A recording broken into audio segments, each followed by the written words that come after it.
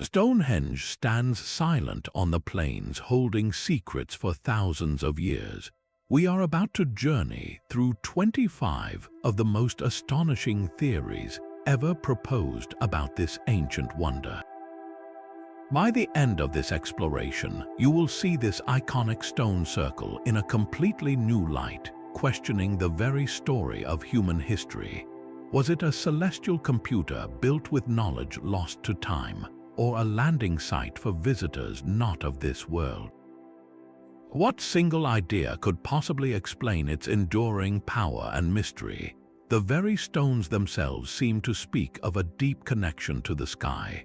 One of the most enduring theories suggests Stonehenge was far more than a ritual site. It was an ancient astronomical computer. Imagine the builders, without written language or metal tools, tracking the complex dance of the sun and moon with incredible precision. At the heart of this idea is the heel stone, a massive solitary sentinel placed outside the main circle. On the summer solstice, if you stand at the center of the monument, you witness a breathtaking event. The sun rises directly over the tip of this stone, flooding the circle with light. This is not a random alignment. It is a perfect, repeatable celestial marker.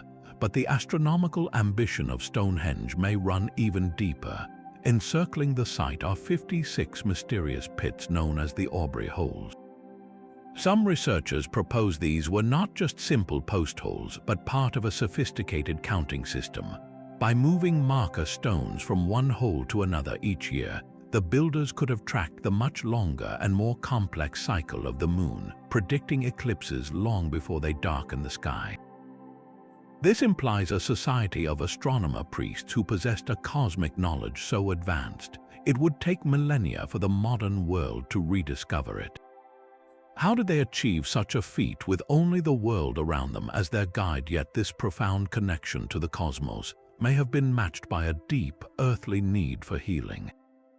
Another compelling theory paints Stonehenge not as a sterile observatory, but as a sacred hospital, a Lourdes of prehistory. The very stones brought from far away were believed to hold life-giving power. Archaeologists have uncovered a startling number of human remains buried near the monument that show clear signs of severe trauma and disease, from broken bones and serious infections to debilitating deformities.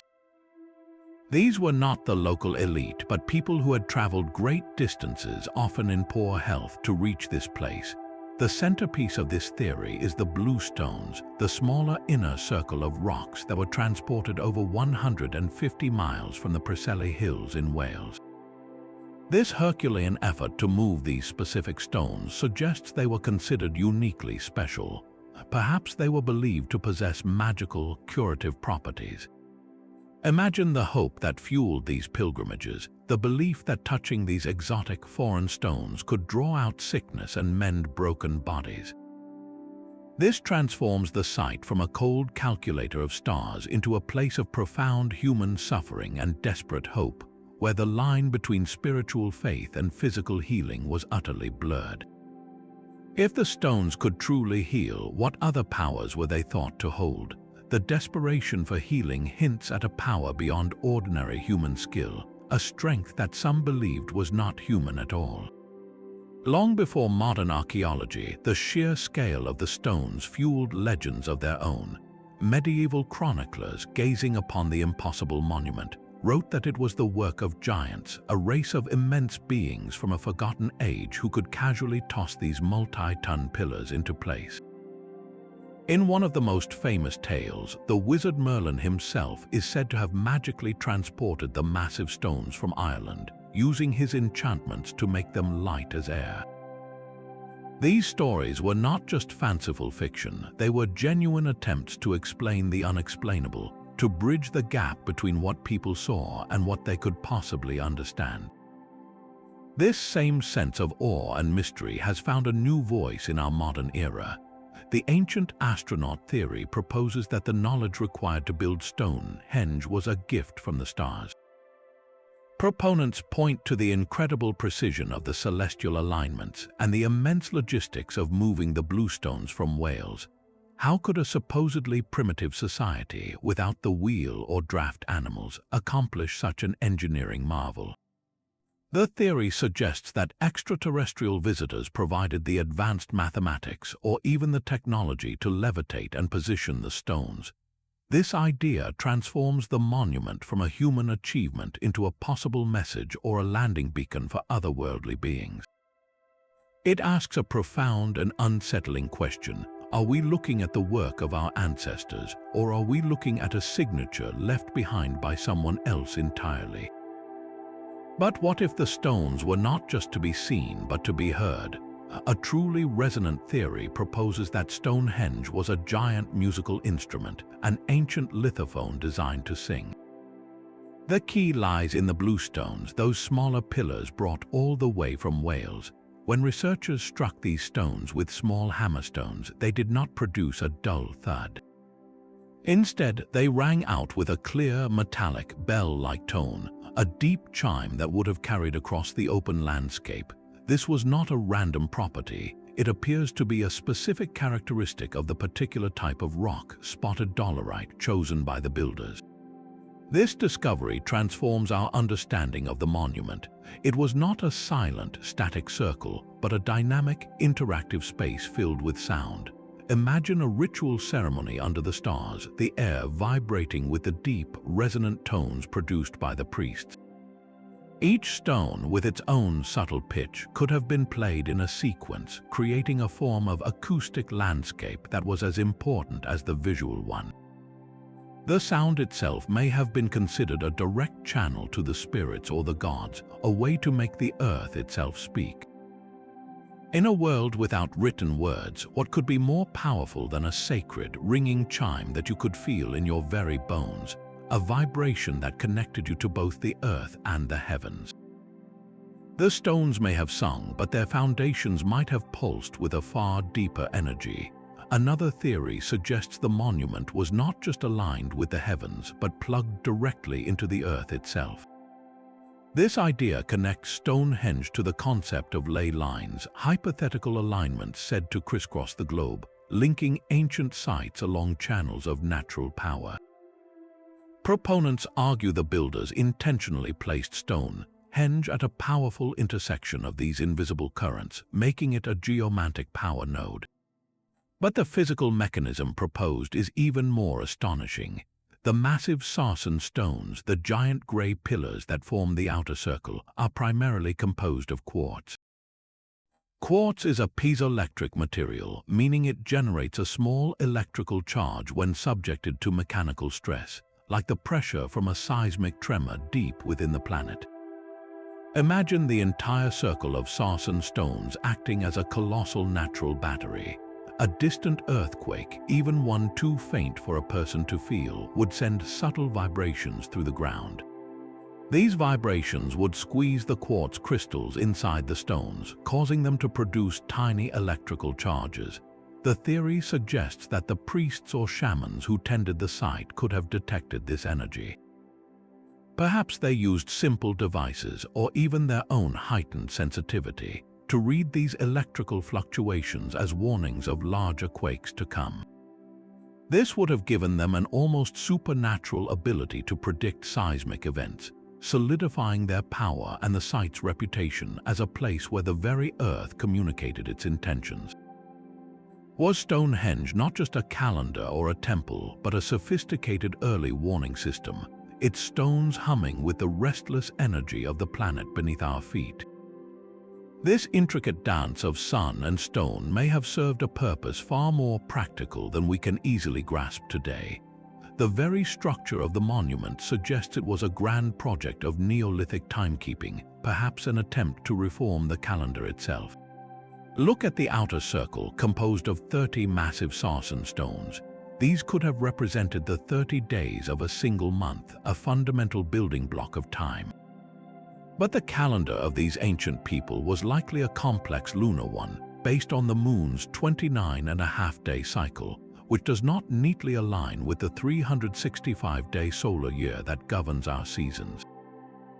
This misalignment was a huge problem for an emerging agricultural society. Knowing precisely when to plant and when to harvest was a matter of survival. Stonehenge, with its multiple alignments and numerical codes, may have been the solution, a colossal stone computer designed to harmonize the moon and the sun. The 56 Aubrey holes we discussed earlier could have been the key to this synchronization. By moving markers through this circle in a specific pattern, the keepers of the calendar could have tracked the crucial years when an extra intercalary month needed to be added to keep the lunar calendar in step with the solar seasons. This was not just stargazing for ritual, it was an act of societal engineering. The successful prediction of the seasons would have given its builders immense power and stability, turning a nomadic society into a settled, farming civilization. What we see as a mysterious ring of stones may have been their most vital tool, the device that literally organized their year and secured their food supply. The silent stones were not just marking time, they were actively creating it, forging a reliable calendar from the chaotic beauty of the sky. Centuries after its construction, the mystery of Stonehenge was so profound that it demanded a magical explanation. Geoffrey of Monmouth, a 12th century cleric, wove the stones into the very fabric of British myth in his History of the Kings of Britain. He tells of a terrible massacre of British nobles by the treacherous Saxons, and of the great King Aurelius Ambrosius who wished to build a lasting memorial. His advisors told him of a miraculous stone circle in Ireland, known as the Giant's Ring, which was said to have healing properties. The king dispatched an army, led by the young Merlin, to retrieve these stones. The soldiers, however, found the task impossible. The stones were simply too massive to move. It was Merlin who solved the problem, not with brute force but with enchantment. Using his arcane knowledge, he caused the stones to become light as air, allowing them to be disassembled, transported across the sea, and reassembled on Salisbury Plain as a royal burial ground. This story was not a fleeting tale. It persisted for hundreds of years as the accepted origin of the monument. Its endurance speaks volumes about the medieval mind. Faced with a structure that defied all contemporary understanding of engineering and history, the only logical conclusion was that it was the work of a supernatural force. The legend gave the stones a noble purpose, a Christian king and a virtuous wizard, anchoring a pagan mystery into a more familiar, heroic narrative. It was easier to believe in magic than to accept that a people lost to time possessed knowledge and skill that rivaled or even surpassed their own. The stones stood as a silent challenge, and Merlin was the answer that made sense of the senseless. What does it say about a monument when the only plausible history for generations was a fairy tale? This idea of an otherworldly origin pushes beyond mere construction help into something far more direct. Some ufologists propose that Stonehenge was not just inspired by aliens, but built for them, functioning as a landing pad or a navigational beacon for interstellar travelers. From an aerial view, the concentric circles of ditches, banks, and stone rings could be interpreted as a giant target, a clear marker visible from the sky. The precise alignments with the solstices, rather than just tracking time, might have served as a signal, a cosmic homing device pointing towards a specific location on Earth for visitors from the stars. This theory connects the ancient monument to a much more modern mystery, crop circles. Many of these intricate patterns appear in the fields of Wiltshire, the very county that houses Stonehenge. Proponents of this idea see this not as a coincidence, but as a continuation, a sign that the location itself remains an active point of interest for non-human intelligence. They suggest the site sits at a nexus of cosmic energy, a weak point in the fabric of reality that could act as a portal or a gateway. Within this framework, the entire structure becomes a message.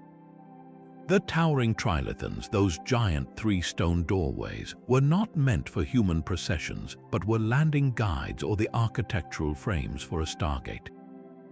The bluestones, with their purported sonic and healing properties, might have been used to stabilize or power this otherworldly connection. It is a theory that replaces the shaman with the astronaut and ritual with technology. It asks us to reconsider everything. If this was a beacon, who was it calling, and are they still listening? The sheer scale of Stonehenge speaks of a society organized on a level never before seen in ancient Britain. This was not a project for a single village or even a small tribe. The colossal effort, spanning generations and drawing in labor and resources from the farthest corners of the island, suggests a different kind of power at work.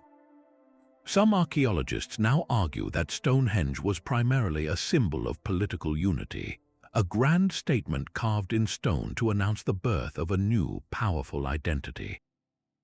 Think of the logistics alone. The smaller bluestones were hauled over 150 miles from Wales, while the gigantic sarcens were dragged from quarries over 20 miles away.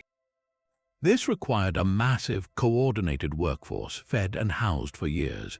Who could command such an effort? It points to the emergence of a powerful, unifying chieftain or a confederation of tribes who had agreed to set aside their differences for a common cause. The monument itself became the physical proof of their pact. By gathering stones from the territories of different groups and combining them into one unified structure, they were literally building their alliance into the landscape. It was a permanent, undeniable declaration that said, "We are no longer separate clans, we are one people." In a world without borders or written treaties, what could be a more powerful symbol of unity than a circle of stone that could be seen for miles? A project so vast that no single group could ever claim to have built it alone. This theory transforms Stonehenge from a purely spiritual site into the Neolithic equivalent of a capitol building or a national monument, a place where political power was both demonstrated and solidified for all to see. But the stones also cast a long, dark shadow across the Salisbury Plain. For all its celestial grandeur and political symbolism, Stonehenge has a chilling undercurrent, one that speaks of a world where life was governed by forces demanding the ultimate price. We must confront the theory that this was a site for human sacrifice and dark rituals. The discovery of a body known as the Stonehenge Archer provides grim evidence. This man was not laid to rest peacefully. He was killed violently by a hail of flint-tipped arrows that struck him from multiple directions. The position of his body suggests he was not a warrior fallen in battle, but a victim of a deliberate execution or a ritual killing.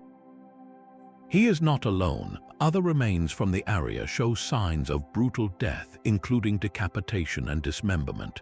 Were these acts of simple violence or something more profound and terrifying? In the desperate mindset of the Neolithic world, the gods of the sun, earth, and sky were not benign. They were powerful, temperamental forces that controlled the harvest, the weather, and life itself. To appease them, to ensure the sun would return after the winter solstice or that the rains would come, the community might have believed that only the most powerful offering would suffice, a human life. The sacrifice of a single individual, perhaps a willing volunteer or a captured enemy, could have been seen as a necessary transaction to guarantee the survival of the entire tribe. Alternatively, these violent deaths could have been part of elite funerary practices, where servants or retainers were slain to accompany a chieftain into the afterlife, a dark testament to their leader's power that extended even beyond death. The silent stones would have borne witness to these final, desperate acts, their imposing presence sanctifying the terrible deed. This theory forces us to see Stonehenge not just as a place of healing and unity, but as a stage for the deepest human fears and the most extreme expressions of faith. What desperate pleas to the heavens were made here, and what was the echo they received? From this dark history of sacrifice, we turn to a theory of pure energy, one that sees the stones not as a stage for death, but as a conduit for life itself. In modern spiritual beliefs, Stonehenge is often described as a powerful energy vortex, a major chakra point on the living body of our planet. Dowsers and spiritual sensitives who visit the site report feeling distinct physical sensations, a tingling in their hands, a lightness in their head, or a palpable hum vibrating up from the ground. They describe these energies as flowing in specific patterns, swirling around the stones in spirals or converging at the very center of the circle. This is not seen as an isolated phenomenon. Stonehenge is believed to sit on a key ley line, one of those hypothetical energy pathways that crisscross the globe, connecting it directly to other legendary power centers.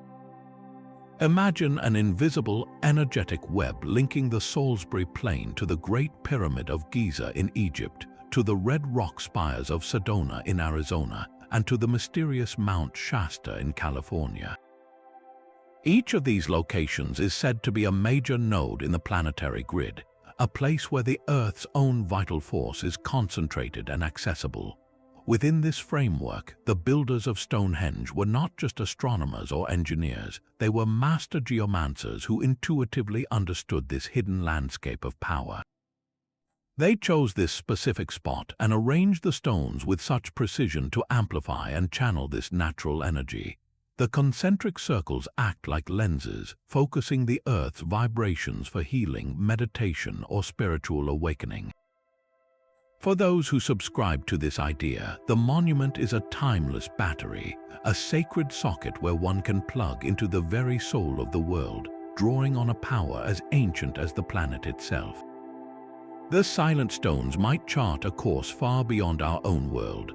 One of the most ambitious theories suggests that Stonehenge is not just a solar calendar, but a breathtakingly accurate model of our entire solar system, a cosmic map carved into the Earth.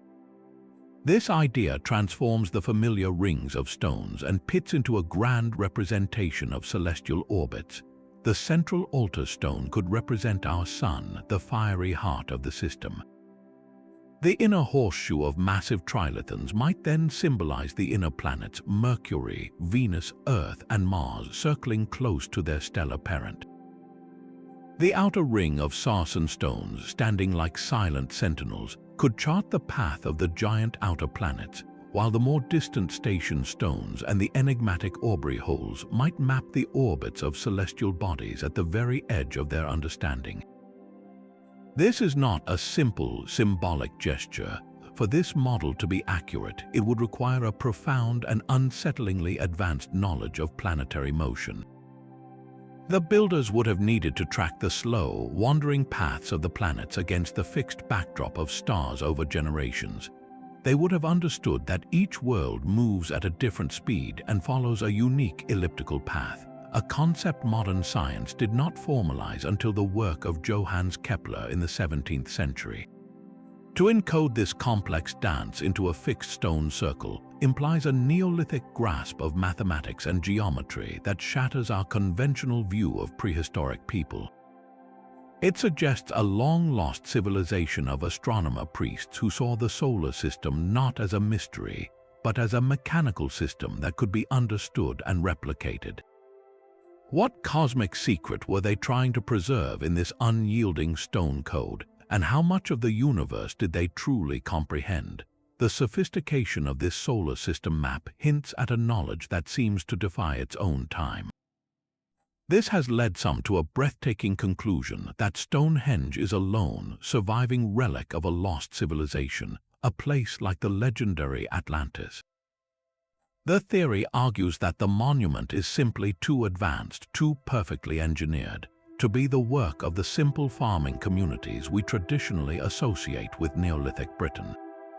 How could a culture without written language or the wheel possess the complex mathematics required for its celestial alignments, or the logistical genius to transport 80-ton stones across miles of rugged terrain? The answer for these theorists is that they did not. They were merely the inheritors, building upon the ruins of a much older, far more advanced society that was wiped from the face of the earth by a great cataclysm. This lost world, whether you call it Atlantis or by another name, was said to have possessed technology and wisdom that rivaled our own. When their civilization fell, perhaps due to a comet impact, a pole shift, or a massive flood, all that remained were scattered fragments of their knowledge and a few indestructible monuments.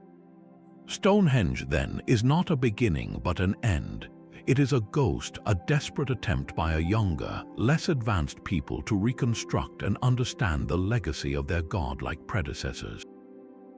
They may have built it using surviving oral traditions or fragmented blueprints, never fully comprehending the cosmic principles encoded in the stones they labored to erect. This idea places Stonehenge within a global mystery, linking it to other enigmatic sites like the Great Pyramid or the stone heads of Easter Island, as scattered puzzle pieces from a single, forgotten chapter in human history. The stones do not mark the dawn of our civilization, but the haunting, silent grave of another. The ringing chimes of the bluestones may have been more than just ceremonial music. They could have been a sophisticated form of medicine. This theory pushes the acoustic properties into the realm of vibrational healing, suggesting the entire monument was a giant sound chamber designed to alter human consciousness. Imagine the deep, resonant frequencies produced within the enclosed space, bouncing off the massive sarsen stones and creating a complex soundscape. These specific low-frequency tones are known to have a profound effect on the human brain, encouraging the shift from ordinary beta waves into the more relaxed meditative alpha and theta states. In this altered state, the mind becomes highly suggestible, pain perception can diminish, and the body's natural healing processes might be accelerated. For a pilgrim who had traveled for weeks in agony, lying at the center of this sonic bath could have provided genuine relief, a respite from chronic pain that would have felt nothing short of miraculous. The shamans or priests conducting these sessions would have been the masters of this invisible technology. They could have used the stones like a keyboard, playing specific sequences to guide their subjects into deep trances for spiritual journeys or to focus the vibrational energy on injured parts of the body. This transforms Stonehenge from a simple hospital into a true center for integrative medicine, where faith, sound, and the mind's own power combine to mend both the spirit and the flesh. The stones did not just mark the heavens, they resonated in harmony with the human body itself, tuning it like a musical instrument back to a state of health. What ancient understanding of resonance and vibration did these builders possess, and what ailments did they seek to cure with the very air itself? This silent astronomical computer might have held its most terrifying secret in the prediction of darkness at noon. The ability to foresee a solar or lunar eclipse would have granted the priests of Stonehenge a power that seemed almost godlike.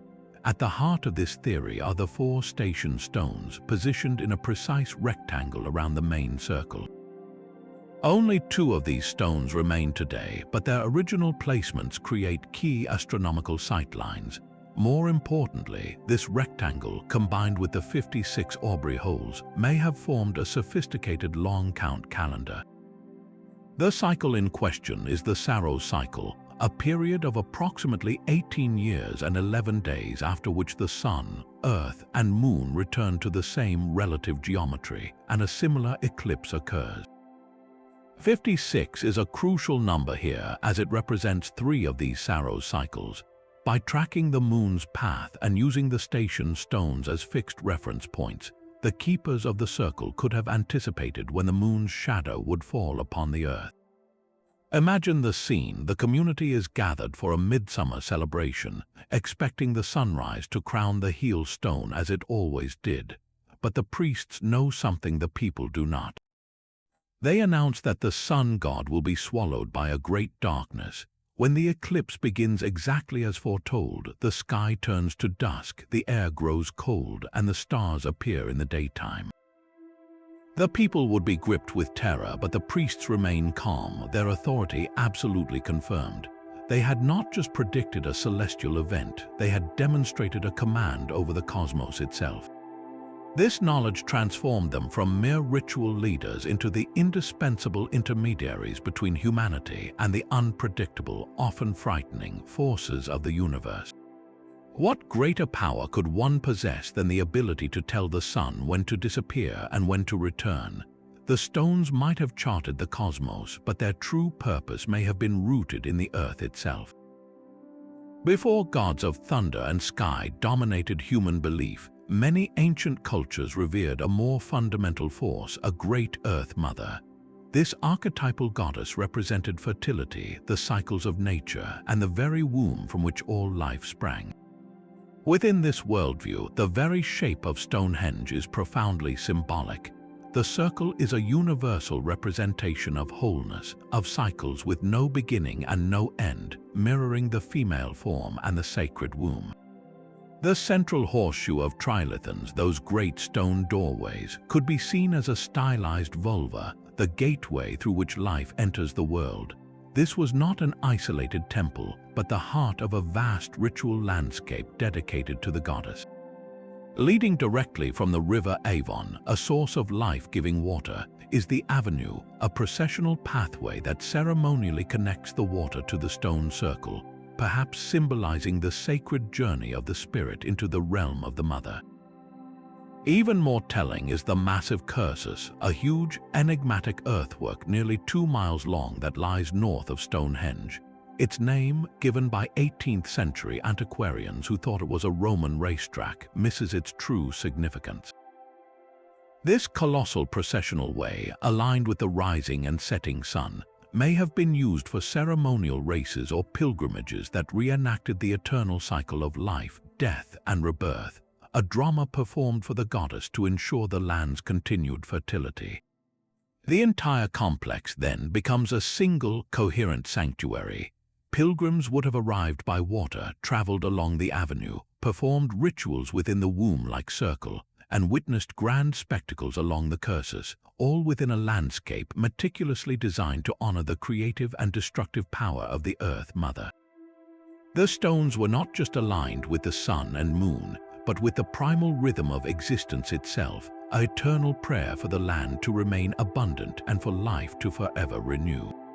The stones may have marked more than just the world of the living. For ancient shamans, the circle could have been a gateway, a shimmering doorway to the underworld or another dimension entirely.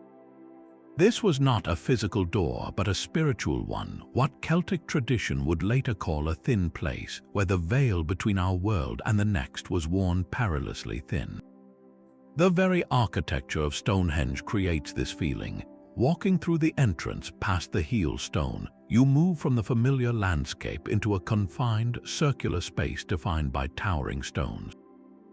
This journey inward is a powerful psychological transition, leaving the everyday world behind and entering a sacred precinct where different rules apply. During potent celestial moments like the solstice sunrise or a lunar eclipse, this sense of otherworldliness would have been magnified.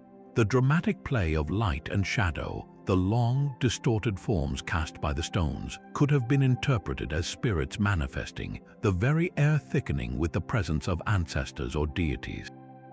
The druids or shamans of this earlier age would have used this space as their primary tool.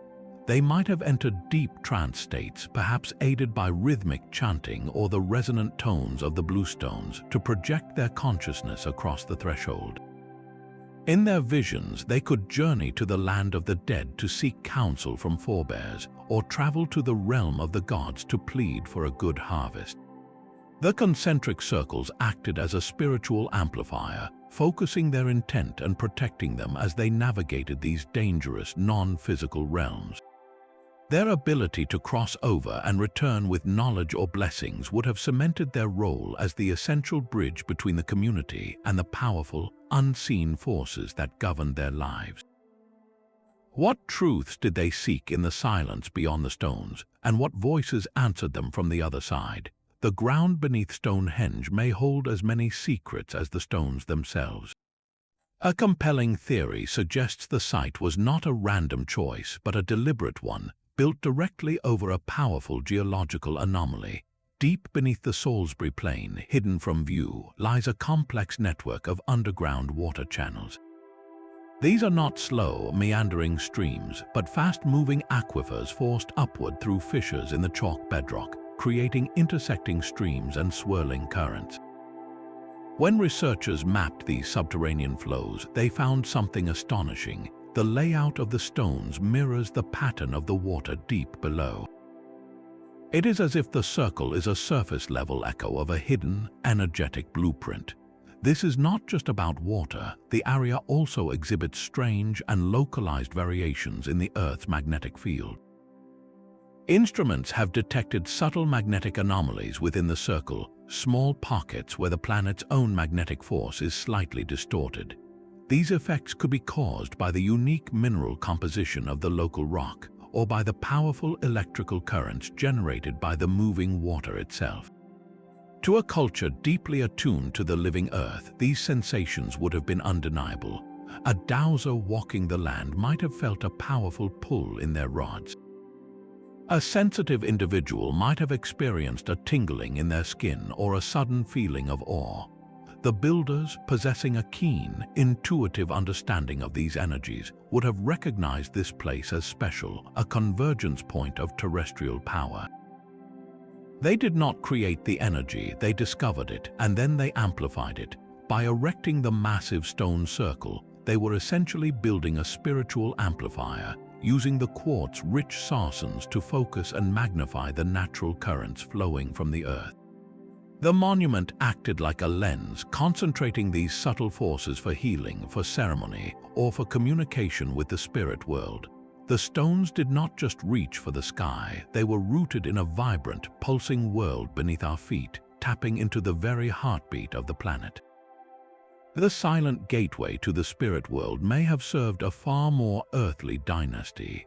Across the Salisbury Plain, the landscape itself is dotted with hundreds of ancient burial mounds, forming a vast city of the dead centered on the stone circle.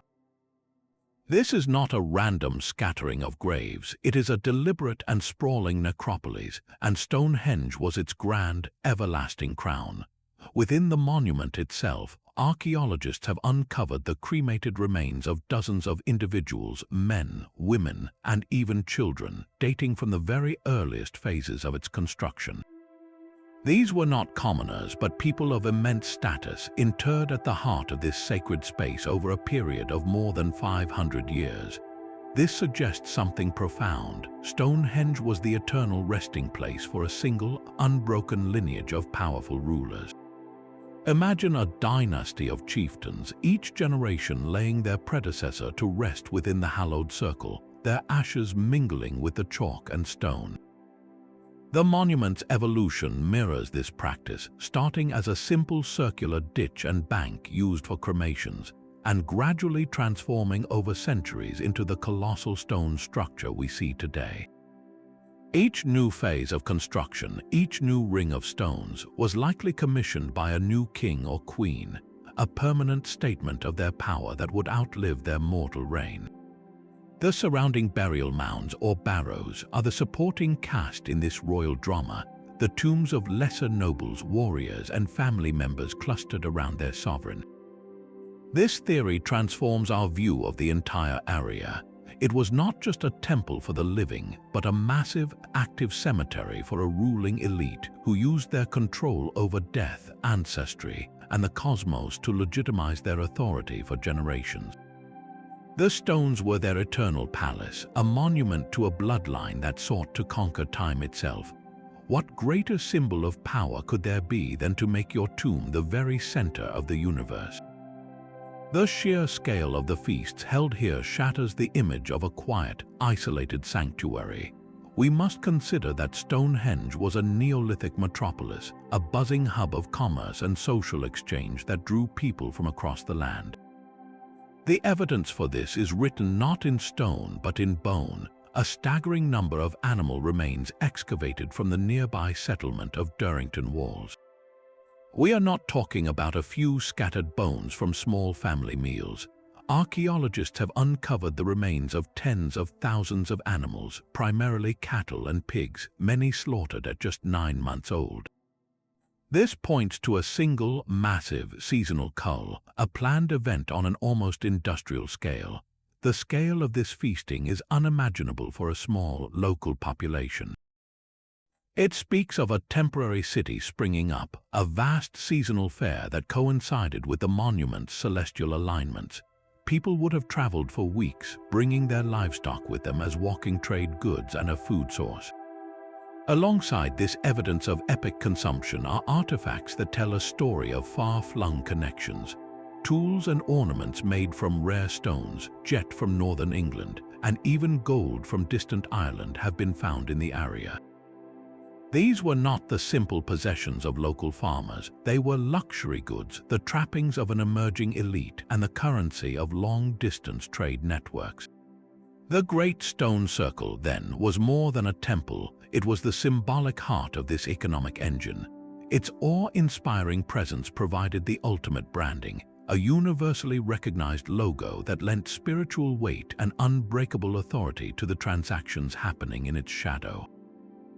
Deals were sealed with a handshake under the watchful gaze of the Sarsens. Alliances between tribes were forged over roasted meat and ale, and marriages were arranged to consolidate power and trade routes. The monument did not just honor the gods, it facilitated a new world of social and economic complexity, a place where the entire island came together not just to worship but to do business. This grand center of trade and ceremony would have been a crucible of knowledge. Stonehenge may have functioned as a Stone Age university, a living repository where astronomy, engineering, and sacred theology were not just practiced but formally taught.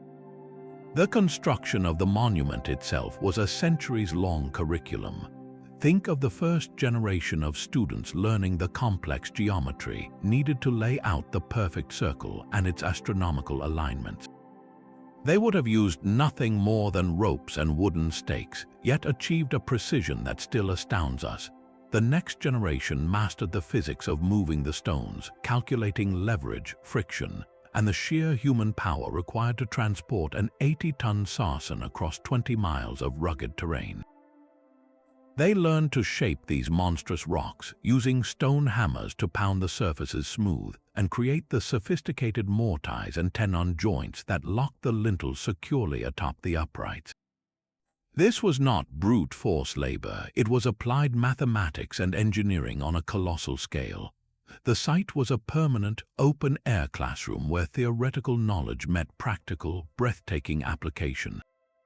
How many lifetimes of observation were encoded into the 56 Aubrey holes, and how many apprentices did it take to learn the intricate dance of moving markers to track the moon?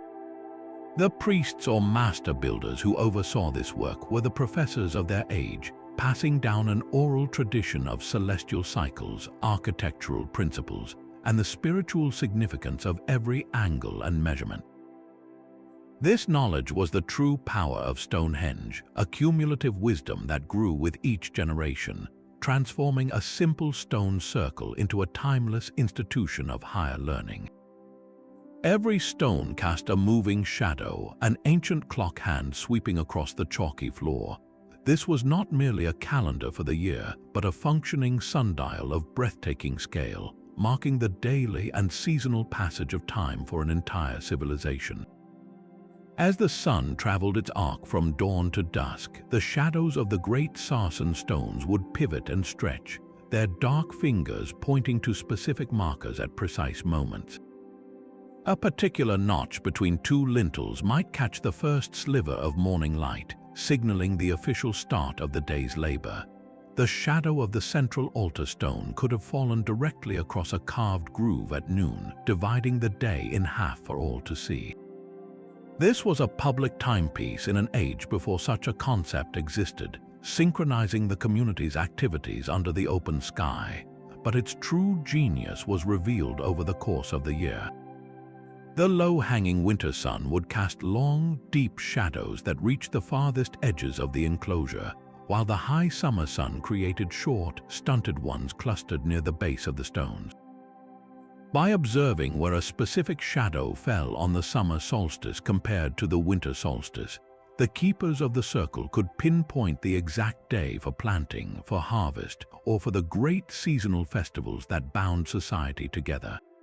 Imagine the entire community gathering not just for the solstice sunrise, but for the moment a shadow touched a certain stone, declaring it time to drive the cattle to pasture or to begin the midwinter feast.